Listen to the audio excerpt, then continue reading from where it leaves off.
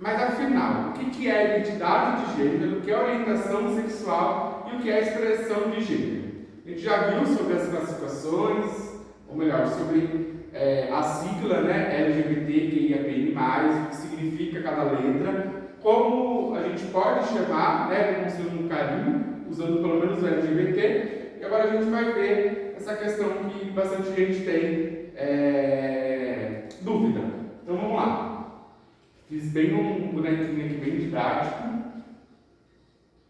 Vamos começar por esse daqui, ó, que é o símbolo transexual, né, da comunidade trans, que unifica o nosso sexo biológico. E o sexo biológico é o macho, é o intersexual, é a fêmea, é o sexo atribuído no seu nascimento. Então, o médico olha para você, ou lá no ultrassom, é menino, é menina, ou é intersexual, tá? Ali no coraçãozinho, a questão do sentimento, a orientação sexual, a atração sexual. É o heterossexual, é o homossexual, bissexual, assexual, pansexual. É por quem você se sente atraído, sexual, física e romanticamente. E ali no nosso cérebrozinho, nós temos a identidade de gênero. Cisgênero, transgênero e o não binário. Então, é como você se reconhece. Por exemplo, o cisgênero, ele se identifica com o gênero em que nasceu. O transgênero, ele não se identifica, ou ela não se identifica com o gênero em que nasceu. E o não binário, ele não se reconhece em nenhum dos gêneros, ou transita entre eles. E aí, finalizando, a gente tem a expressão de gênero. O que é a expressão de gênero, Leandro? É feminina, é andrógena, masculina. É a forma como você se expressa para a sociedade, conforme a sua identidade de gênero. Se você se veste com roupas masculinas, como é a sua expressão corporal, como é o seu dia a dia, se ele é mais feminino, se ele é mais masculino, se ele é o que a gente chama de andrógeno, então é uma coisa assim, fora dos padrões mesmo. Transita entre roupa masculina e feminina, é uma roupa que você olha para a pessoa, você não consegue, exemplificando, não consegue identificar se ela é homem ou mulher. Tá? Aliás, a gente já não consegue identificar porque cada um vive a sua realidade. Tá bom?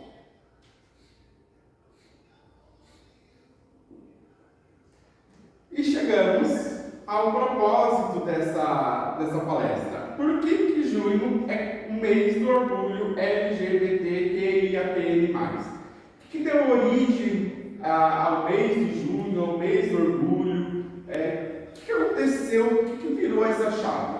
Vamos lá.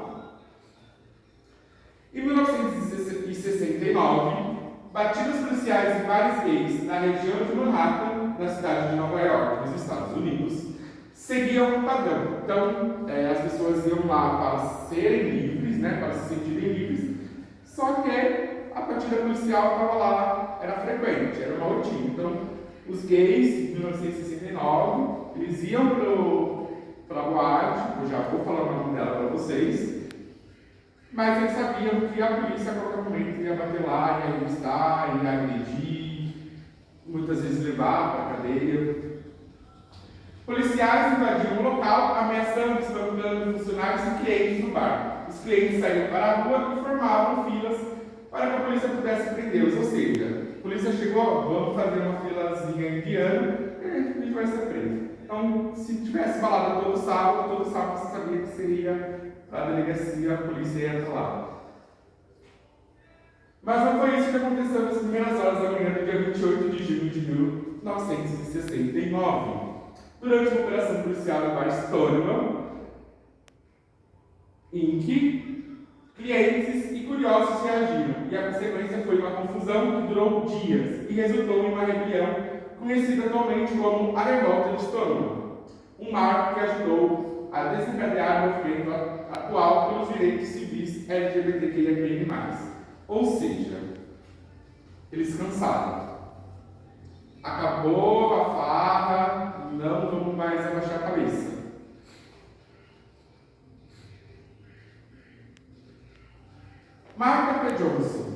marcha, perdão. A maioria das pessoas dizem que ela lançou o primeiro tijolo nessa revolução que se tornou. Mas não foi assim que aconteceu. Segundo a entrevista da própria marcha, ela chegou hora depois que a rebelião já tinha começado. E a responsável foi essa mulher maravilhosa, hoje uma senhora, na verdade eu não me recordo se ela já faleceu, a Stormy Delaverry. Ela foi uma das lésbicas que foram enfiadas dentro do carro. Só que na hora que ela foi ser introduzida dentro do carro, os policiais bateram a cabeça dela não na porta, parte traseira. em cima assim, no teto. E aí começou a revolução. As pessoas viram, começaram a gritar, ela começou a gritar, e aí a pancadaria foi solta. Lógico, a gente não quer violência, mas nesse caso foi um marco para a nossa comunidade.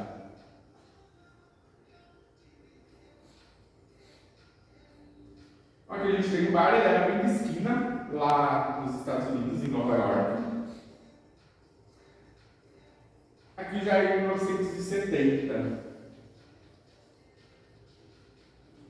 Uma das batidas policiais, então, como eu comentei, a filhinha que queria serem presos, infelizmente. E aqui foi após a Revolução, o início da revolta. Então a gente vem sempre falando de Stonewall, frente da liberação gay. Então aí começou o movimento. Eu ouso dizer que é por isso que a letra L está no começo da nossa sigla. Muita gente usa GLBT, não é GLBT, é LGBT, a lésbica está ali na frente. Eu acredito, é uma concepção minha, que essa seja uma das razões, tá?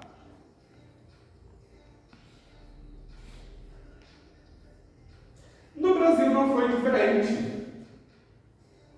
Ferros Bar, em São Paulo, em 1983. Também aconteceu um movimento que foi chamado de Revolta de Samba Brasileira. Então, naquela época, a gente tinha um jornal brasileiro chamado Chama Como Chama. Então, eles pegavam temas, lésbicas, gays, ser um estar homossexual, por exemplo, essa daqui seria a edição 5.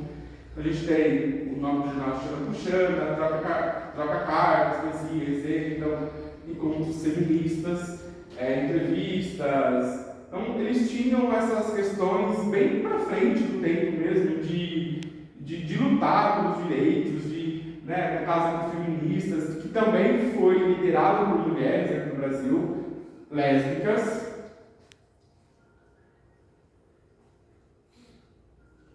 Então, eles queriam parar com a publicação do jornal. Então, no dia 29 de agosto, a vitória contra o preconceito. Então, a opção pela autonomia, fim de casa, lésbicas no teatro. Então, foi quando no Brasil começou a nossa visibilidade, a visibilidade da nossa comunidade. E também foi a Ferro e Fogo. Porque a gente tem um dos movimentos deles.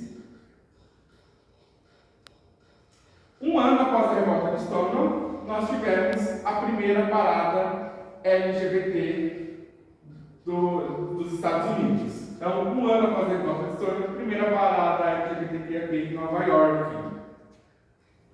No Brasil foi muito tarde, foi 28 de julho de 1997. São aí 7 anos depois. Na verdade, essa foi a primeira parada que a gente conhece, mas um tempo antes teve um movimento em uma das praças, que eu não me recordo o nome, que reuniu cerca de 500 pessoas. Então não teve muita visibilidade, então foi a pré-parada, por assim dizer. Nesse ano, na primeira parada, reuniu cerca de 2.000 pessoas, e aí continuou nesses longos 27 edições da parada que a gente teve agora, dia 11, a 27ª parada do orgulho LGBT de São Paulo. Cada dia, cada luta, cada conquista, por mais pequena que ela pareça ser, mas que mostra a nossa comunidade, ela precisa e ela merece ser exaltada. Por exemplo, a legalização do casamento, né? Se eu não me engano, não tem 15 anos aqui no Brasil. A adoção por pessoas do mesmo sexo, a criminalização da homofobia, que se enquadra no racismo. Então, são conquistas pequenas diante, né, do nosso Brasil, mas que precisam ser comemoradas, porque fazem a diferença. Por mais que sejam muitos jogos políticos, para a gente faz a diferença. Eu falo por experiência, casei há um ano, foi o primeiro casamento LGBT de Jaú, em 2022, então foi um marco para mim, para minha vida, para minha história como queer, né, como pertencente à comunidade LGBT. São conquistas que nos mostram o porquê temos orgulho de sermos o que somos. Mas afinal, o